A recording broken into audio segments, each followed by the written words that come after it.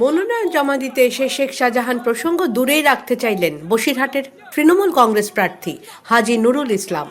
বললেন, আইন আইনের পথে চলবে, সত্য উদ্ঘাটন হোক, এমনটাই শুধু চান। কি বলছে না বলছে আমি তো জানি না, আমি আপনার কি বলবো। সন্দেশখালী সত্য উদ্ঘাটন হোক, সত্য প্রকাশ পাক, এটা আমরা চাইছি যে অসত্য একটা জিনিস নিয়ে নাটক শেষ করা উচিত। সন্দেশখালীর ঘটনা কি কোনো প্রভাব ফেলছে? 4 তারিখে দেখা যাবে।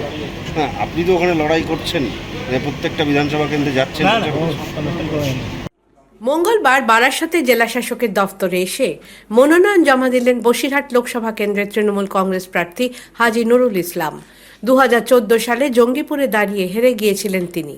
আজ জঙ্গিপুরে ভোট গ্রহণ চলছে, আর এই দিনেই তিনি মনোনয়ন জমা দিচ্ছেন। সেই প্রসঙ্গ তুলতেই হেসে বললেন, 2 কেন্দ্রেই তৃণমূল জিতবে। আজকে আবার জঙ্গিপুরে নির্বাচন হচ্ছে, আপনি নমিনেশন জমা দিচ্ছেন, এর মিলটা কি করে? জায়গায় ভালো হবে, জঙ্গিপুরে জিতবে, বসিরহাটও জিতবে।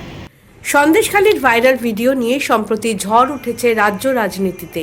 এই ভাইরাল ভিডিওয়ে সন্দেশখালীর বিজেপি নেতা গঙ্গাধরকে বলতে শোনা যায়, তাদের দিয়ে ধর্ষণের অভিযোগ করানো হয়েছে। এই ভিডিও ভাইরাল হতেই বিজেপি প্রাথমিকভাবে এটিকে ভুয়ো বলে দাবি করেছিল।